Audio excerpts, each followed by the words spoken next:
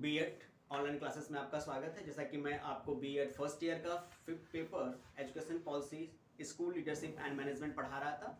इस पेपर में पिछली कक्षा में हम लोगों ने राष्ट्रीय शिक्षा नीति या नई शिक्षा नीति 1986 को पढ़ना शुरू किया था।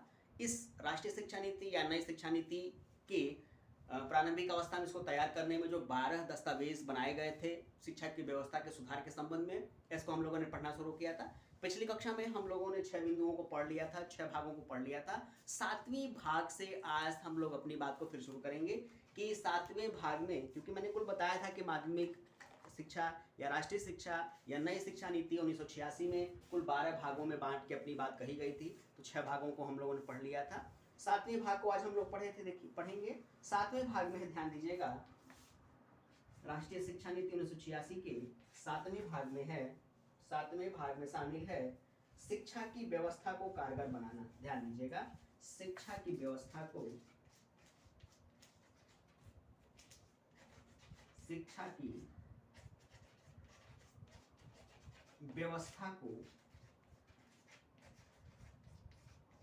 कारगर बनाना। देखिए 7वें भाग में 6 बातों को हम लोगों ने पिछली कक्षा में पढ़ लिया था। 7वीं बात को आज हम लोग पढ़ेंगे। इसके 7वें भाग में क्या लिखा गया, जो 12 दस्तावेज तैयार किए गए थे राष्ट्रीय शिक्षा नीति 1986 के द्वारा। 7वें भाग में कहा गया है कि शिक्षा की व्यवस्था का कारगर बनाना। ध्यान दीजिएगा, शिक्षा की व्यवस्था को कारगर बनाना, making the system of work, making the system of work की कोशिश से की जाएगी कि शिक्षा की प्रशासनिक तंत्र को सक्रिय बनाने। ध्यान दीजिएगा, कहा गया कि शिक्षा के प्रशासनिक तंत्र को सक्रिय बनाने, शिक्षकों की जवाबदेही सुनिश्चित करने और शिक्षकों के कर्तव्य को बोध कराने पर बल दिया जाएगा। सही बात है, क्योंकि कहा यह जाता है, देखिए ध्यान दीजिएगा, कि शिक्षा देना और लेना दोनों व्यक्तिगत उपादेयता पर आधारित है। एक छात्र अगर शिक्षा लेना भी चाहता है, यदि शिक्षक शिक्षा नहीं देना चाहता है, तो वो किसी दबाव में, किसी कारणवश वो शिक्षा नहीं दे सकता है। यदि दबाव या कारणवश वो शिक्षा देगा भी, तो वो शिक्षा की व्यवस्था इतनी महत्वपूर्ण और प्रभावी नहीं होगी जितना कि वास्तविक में होना चाहिए। तो एक विकट समस्या उत्पन्न हो जाएगी। समय का हस्तांतरण होगा, समय चलेगा, बच्चा एक कक्षा से दूसरे कक्षा में हस्तांतरित होगा, बच्चा पढ़ेगा भी, लेकिन जिस उद्देश्य को लेके हमने इस विद्यालयी शिक्षा की व्यवस्था का निर्माण किया है, शायद कहीं न कहीं उस उद्देश्य की प्राप्ति में उस बालक को, समाज को, शिक्षा की व्यवस्था को कठिनाई का सामना करना पड़ेगा। इस कठिनाई के सामना करने से बचने के लिए एक बहुत बेहतर तरीका निकाला गया कि जो 7वें भाग में संदर्भित किया गया राष्ट्रीय शिक्षा नीति 1986 की, कि शिक्षा के क्षेत्र में प्रशासनिक तंत्र को सक्रिय बनाया जाए। जो एडमिनिस्ट्रेशन पावर ऑफ एजुकेशन है, शिक्षा का जो तंत्र चलता है, जो सिस्टम चलता है, कि कोई भी व्यक्ति जान के अगर लापरवाही करता है, कोई गलती करता है, तो उसको उस गलती के हिसाब से दंडित किया जाए, उसे बताया जाए, उसे समझाया जाए कि नहीं, ये आपकी जिम्मेवारी है, आप अपनी जिम्मेदारी से पीछे नहीं हट सकते हैं, आपकी जिम्मेदारी है, आपने इसमें रुचि दिखाई है, आपने इस विषय को चुना है, आप इस पेशे में आए हैं, आप शिक्षा की व्यवस्था में शामिल हुए हैं, तो आपकी नैतिक जिम्मेदारी है कि आपको शिक्षा देना है। तब जाके हमारे यहाँ जो शिक्षा का स्तर है वो बढ़ सकता है। इसलिए कहा गया कि शिक्षा की व्यवस्था में जो प्रशासनिक ढांचा है, उसको, जो प्रशासनिक तंत्र है, उसको सुधारा जाए। साथ ही साथ शिक्षा के प्रबंधन को महत्व रूप को स्पष्ट किया जाए कि शिक्षा का जो एजुकेशन का जो सिस्टम है वो कब स्ट्रांग होगा, जब उसका जो मैनेजमेंट है वो स्ट्रांग होगा। अच्छे विद्यालय की व्यवस्था की जाए, अच्छे शिक्षकों की व्यवस्था की जाए, अच्छे मैनेजमेंट की व्यवस्था की जाए, तो जाहिर सी बात है सब मिलकर काम करेंगे तो अच्छे बालकों का निर्माण होगा। अच्छे बालक ही भविष्य में अच्छे व्यक्ति होंगे, और जिस भी समाज में अच्छे व्यक्ति होते हैं वो समाज अपने आप में बहुत ही बेहतर होता है, और विश्व विस्तार पे उसकी प्रगति को देखा जा सकता है, उसकी व्यवस्था को देखा जा सकता है। इसलिए कहा गया 7वें भाग में कि जो भी शिक्षा का प्रशासनिक ढांचा है या जो भी शिक्षा का प्रबंधीय तत्व है, इसको महत्व दिया जाए। साथ ही साथ एक बात और जोड़ दी गई कि शिक्षकों की जवाबदेही निश्चित की जाए, शिक्षकों की जवाबदेही निश्चित की जाए। यदि साल भर के अध्ययन अध्यापन के दौरान बालकों के मूल्यांकन में कोई परिवर्तन नहीं दिखाई देता है, बालकों का वास्तविक मूल्यांकन सुनिश्चित नहीं हो पाता है, तो शिक्षकों की जिम्मेदारी निश्चित की जाए कि आप जो इन बालकों से जुड़े रहें, आखिर क्या कमी रही कि कि ये बालक वर्ष भर पढ़ने के बाद कुछ अच्छा नहीं कर पाए, इनकी शारीरिक मानसिक व्यक्तिगत व्यवस्थाओं में कोई परिवर्तन दिखाई नहीं दिया, तो क्या कमी है? कहीं वो कमी आपके द्वारा तो निश्चित नहीं की गई है। तो ये जवाबदेही की व्यवस्था की गई है राष्ट्रीय शिक्षा नीति 1986 में। साथ ही एक बात और कहा गया कि शिक्षार्थियों को कर्तव्य का बोध कराने पर बल दिया जाए। साथ ही साथ एक बात और महत्वपूर्ण जोड़ी गई, जिस प्रकार शिक्षकों की जवाबदेही निश्चित की गई, उसी प्रकार बालकों के कर्तव्य का भी बोध कराने की बात कही गई कि जो बालक है, जो बच्चा है, वो भी अपने इस पॉइंट ऑफ व्यू को समझे कि मेरी जिम्मेदारी क्या है, मैं कितना अपने कर्तव्य का निर्वहन कर रहा हूँ, क्या वास्तव में जो मेरी जिम्मेदारी है वो मैं निभा रहा हूँ कि नहीं निभा रहा हूँ। अगर दोनों अपने कर्तव्यों का निर्वहन करते हैं, शिक्षक अपने जवाबदेही के लिए तत्पर रहता है, छात्र अपने कर्तव्य निष्ठा का पालन करने के लिए तत्पर रहता है, तो जाहिर सी बात है एक स्वस्थ शैक्षिक वातावरण विद्यालय स्तर पे, सामाजिक स्तर पे तैयार किया जाएगा।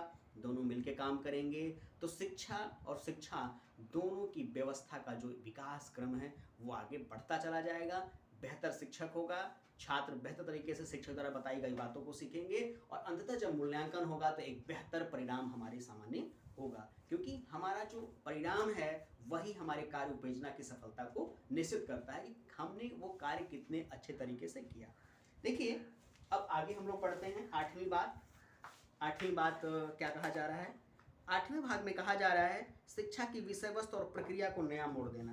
ध्यान दीजिएगा, आठवीं भी बहुत महत्वपूर्ण बात। अपने वैसे तो सारी बातें बहुत महत्वपूर्ण हैं, लेकिन कुछ बातें इसमें खास और महत्वपूर्ण निश्चित की गई हैं। आठवें भाग में कहा जा रहा है, इसकी आठवें भाग में कहा जा रहा है शिक्षा की विषय वस्तु और प्रक्रिया को नया मोड़ देना। शिक्षा की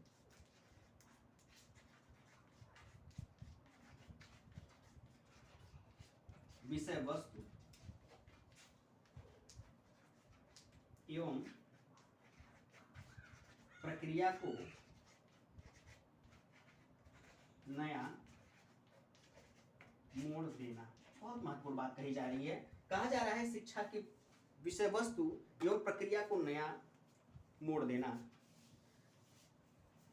कहा जाता है कि शिक्षा की व्यवस्था की जो सांस्कृतिक और वैज्ञानिक सोच है, उसका जो समन्वय है, उस पर बल देना चाहिए। हमारे यहाँ प्रारंभिक समय में जो शिक्षा की व्यवस्था थी, जो शिक्षा के प्रति लोगों की सोच की व्यवस्था थी, उसमें परिवर्तन करने की आवश्यकता है।